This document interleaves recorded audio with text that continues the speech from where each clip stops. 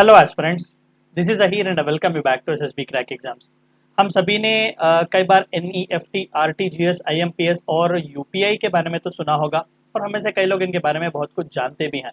लेकिन क्या आप सभी को पता है कि आरबीआई इसी तरीके से एक एलपीपीएस यानी कि light weight and portable payment systems के बारे में काम करने की कोशिश कर रही है। तो आज के इस वीडियो में हम उसी नए सिस्टम के बारे में जानने की कोशिश करेंगे कि अभी ये जो डेवलपमेंट स्टेज में है ये किस लिए ईजाद किया जा रहा है और ये सिस्टम किस तरीके से काम करेगा। इससे रिलेटेड और भी सिग्निफिकेंट सी चीज़ें मैं आपको इस वीडियो में बताने की कोशिश करूंगा और साथ ही साथ मैं आपको एनईएफटी, आरटीजीएस, आईएमपीएस और यूपीआई के बारे में भी थोड़ा बहुत ब्रीफली बताने की कोशिश करूंगा। तो आइए वीडियो को शुरू करते हैं। तो रिसेंटली ये न्यूज़ चैनल में वर्ड छाया क्यों हुआ था।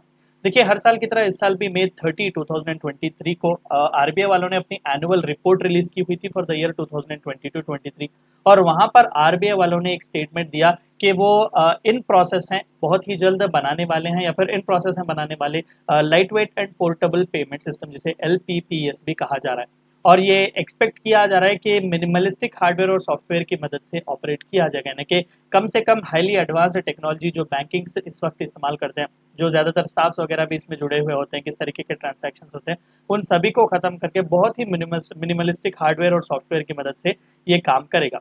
और इसे एक्टिव उसी वक्त किया जाएगा जब नीड होगी, बहुत ही ज़्यादा नीड के बेसिस पर ही इस सिस्टम को यहाँ पर एक्टिवेट किया जाएगा। मोस्ट प्रॉब्ली जब नेचुरल कैलामिटीज आ जाएंगे, वॉर वगैरह जैसा सिचुएशन होगा, तो वहाँ पर ये एलपीपीएस यानी कि light weight and portable payment system हमें देखने को मिलेगा। दरअसल डिजिटल पेमेंट्स में जो सबसे ज़्यादा ग्रोथ यहाँ पर हेवी सर्ज हमें देखने को मिल रहा है सिंस 2016। ज़्यादातर जब से डिजिटल पेमेंट्स का, डिजिटल ट्रांजैक्शंस का हम देख रहे हैं, बढ़ोतरी देखने को मिल रही है। सिंस यूपीआई वगैरह जब से लॉन्च हुए हैं, इन सभी में बहुत ही अच्छा सा सर्ज हमें देखने को मिल रहा है। तो पिछले साल की अगर हम बात करें 2022-23, तो यहाँ पर पेमेंट और सेटलमेंट सिस्टम्स में एक रिकॉर्ड 57.8% ग्रोथ हमें देखने को मिला हुआ है। और in terms of transaction volume की अगर हम बात करें तो लगभग पिछले साल से कंपेयर करें तो 63.8% का एक्सपेंशन हमें देखने को मिला हुआ है। और साथ ही साथ डिजिटल ट्रांजैक्शंस, अगर नॉन कैश रिटेल पेमेंट्स की अगर हम बात करें तो यहाँ पर भी ग्रोथ आप देख सकते हैं 99.6% हुआ है पिछले साल, और उसके पिछले साल जो है वो 99.3% हुआ है। तो आप देख सकते हैं कि ये हेवी सर्ज जो है डिजिटल पेमेंट्स में पूरे इंडिया में हमें देखने को मिल रहा है। पहले थोड़ा बहुत हम डिफरेंट टाइप ऑफ ये पेमेंट्स ट्रांसफर सिस्टम्स के बारे में बात करेंगे। सबसे पहला हम यूनिफाइड पेमेंट इंटरफेस, जिसे यूपीआई भी कहा जाता है, हम सभी इसे बेहतर जानते हैं। फोन पे, पेटीएम वगैरह ये सभी जो है वो दरअसल यूपीआई के बेसिस पर ही चलते हैं। सो यूपीआई जो है वो फ्री, इंस्टेंट और रियल टाइम पेमेंट सिस्टम है जो कि जनरली क्विक परफॉर्म करता है पेमेंट्स और मर्चेंट्स बैंक्स को पेमेंट करने के लिए। ठीक है, कंज्यूमर्स थ्रू मर्चेंट्स और consumers through banks etcetera. UPI दोनों टर्म्स में हो सकता है, यानी कि ऑनलाइन भी हो सकता है और ऑफलाइन भी हो सकता है। ऑफलाइन हम कई बार देखते हैं यूपीआई लाइट की मदद से हम पेमेंट जो है वो कर सकते हैं। यूपीआई पहली बार 2016 में लॉन्च किया गया था by NPCI, national payment corporation of India, और हम इसे दरअसल आईएमपीएस का बेटर पेमेंट फैसिलिटी भी कहते हैं। मैं आईएमपीएस के बारे में आपको आगे बताऊंगा। यूपीआई की पेमेंट सर्विसेज जो है वो फ्री हैं कस्टमर्स के लिए, लेकिन बैंक जो है वो कई करोड़ों रुपए जो है चुकाते हैं जस्ट बिकॉज दीज ट्रांजेक्शन उन्हें एक दूसरे बैंक्स के बीच करने पड़ते हैं। लेकिन कंज्यूमर्स के लिए, हम सभी के लिए यूपीआई ट्रांजेक्शन जो है वो बहुत ही फ्री होते हैं। ज़्यादातर यहाँ पर स्मॉल अमाउंट से ट्रांसफर किए जाते हैं क्योंकि यहाँ पर यूपीआई में हमें सीलिंग देखने को मिलता है लिमिट का। दूसरा सबसे इंपॉर्टेंट जो पेमेंट ट्रांसफर सिस्टम है वो है आरटीजीएस, जिसे real time gross settlement system भी कहा जाता है। ये एक फंड ट्रांसफर है प्रोसेस जनरली जो कि हायर अमाउंट्स ट्रांसफर करने के लिए। ठीक है, लाखों पैसे आप एट अ टाइम यहाँ पर ट्रांसफर कर सकते हैं। बहुत ही सेफ और सिक्योर ये माना जाता है, और सेटलमेंट जो है वो दरअसल रियल टाइम में ही होता है। तो ये फ्री ऑफ चार्ज होता है आरटीजीएस ट्रांजैक्शन जब आप इसे ऑनलाइन करते हो। ऑफलाइन करते हो थोड़ा बहुत इस पर चार्ज पड़ता है, लेकिन विद इन 30 मिनट्स ही यहाँ पर आपका ट्रांजैक्शन इनिशिएट भी होता है, क्लियर भी होता है और सेटल भी किया जाता है। दरअसल हायर अमाउंट्स या फिर फंड्स को इंस्टेंटली ट्रांसफर करने के लिए आरटीजीएस बहुत ही बेहतर सा एक उपाय माना जाता है। वैसे तो यहाँ पर कोई भी अपर लिमिट अवेलेबल नहीं है, तो रेमिटर जितना चाहे उतना पैसा थ्रू आरटीजीएस यहाँ पर भेज सकता है। इनिशियली आरटीजीएस 24/7 सभी दिन अवेलेबल नहीं था, पब्लिक हॉलीडेज वगैरह के टाइम फ्रेम में, और इसे भी डेली में चंद घंटे जो है वो ऑफलाइन हुआ करता था, यानी कि आप उसका इस्तेमाल नहीं कर सकते थे। लेकिन सिंस 2020 आरबीआई वालों ने ये परमिशन जो अलाउ की हुई है, तो अब पब्लिक हॉलीडेज के दिन भी 24/7 आरटीजीएस ट्रांसफर आप कर सकते हैं। आईएमपीएस ट्रांसफर यूपीआई के बाद सबसे कन्वीनियंट आईएमपीएस ट्रांसफर को ही माना जाता है, immediate payment services.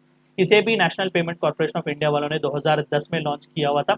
One of the most used fund transfer method आप इंडिया में इसे कह सकते हैं। और IMPS फंड ट्रांसफर करने के लिए आपको बैंक बेनिफिशियरी की जरूरत नहीं है। बेनिफिशियरी का जो बैंक डिटेल है जिसे आप पैसा भेजना चाहते हैं उसके बैंक डिटेल्स की आपको जरूरत नहीं है। यहाँ पर सिंपल 7 डिजिट MMID कोड जो है वो जनरेट किया जा सकता है और उसी कोड की मदद से आप IMPS ट्रांसफर कर सकते हैं।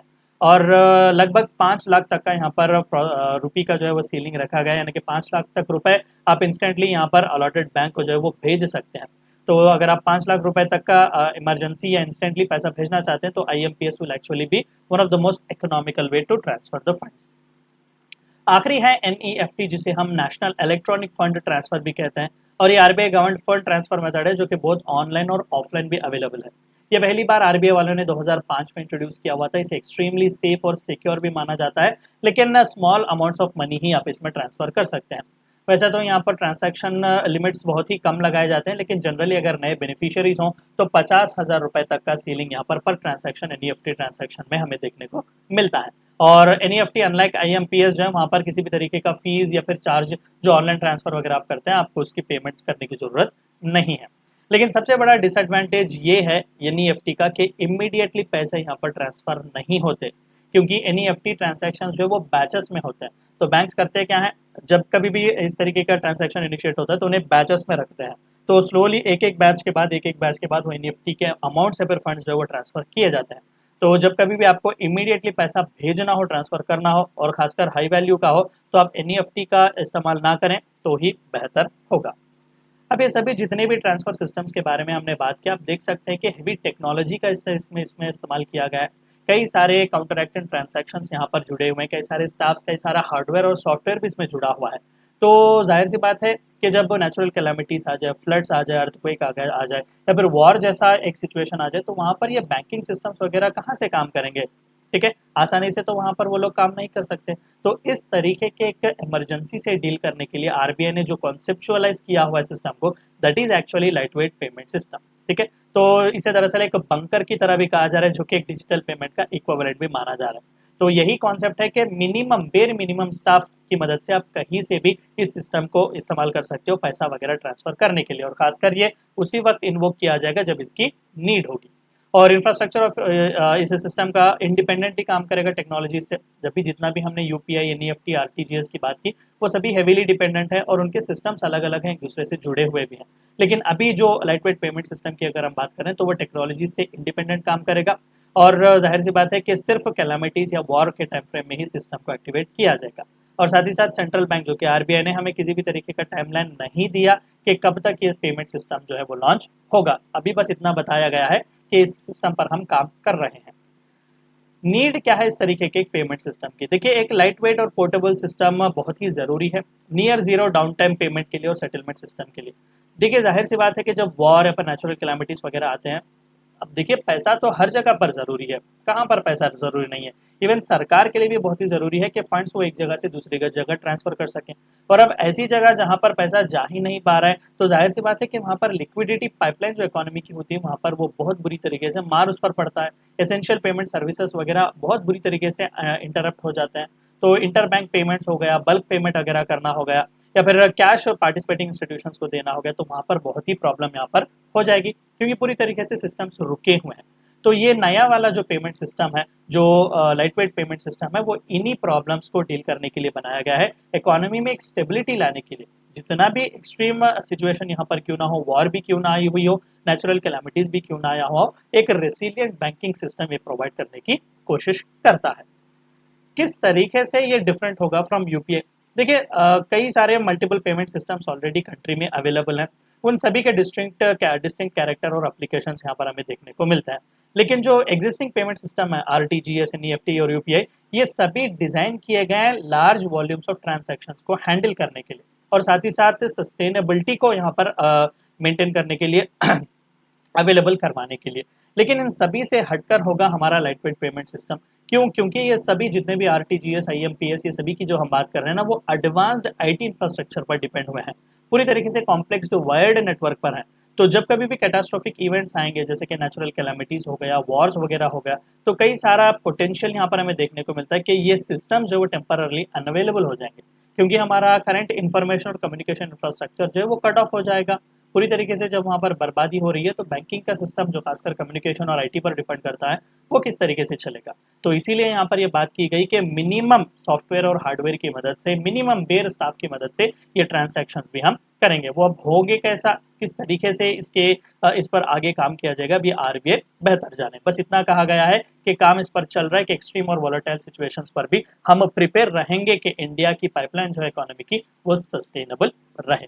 ये थी चंद बातें आपको जाननी थी इस वीडियो में। वीडियो को एंड करने से पहले आप सभी को एक और बार याद दिला दूं कि एसएसबी क्रैक एग्जाम्स के पास एसएसबी इंटरव्यू से related full fledge online course available है। हर महीने इसके नए बैचेस स्टार्ट होते हैं, आप बहुत ही अफोर्डेबल प्राइसेस में है। Apart from that we provide you courses like NDA, CDS, AFCAT and warrior 10 is a code which you should use so that you get 10% discount. Meet you next time. Until then, stay healthy, stay safe. Thank you for watching my video. जय हिंद। अगर आप एक defence aspirant हैं और SSB interview, NDA, CDS, AFCAT जैसे exams के लिए prepare कर रहे हैं तो आप एसएसबी क्रैक एग्जाम्स के कोर्स को चेक करना ना भूलें। आप हमारी लर्निंग एप्लीकेशन को गूगल प्ले स्टोर से भी डाउनलोड कर सकते हैं।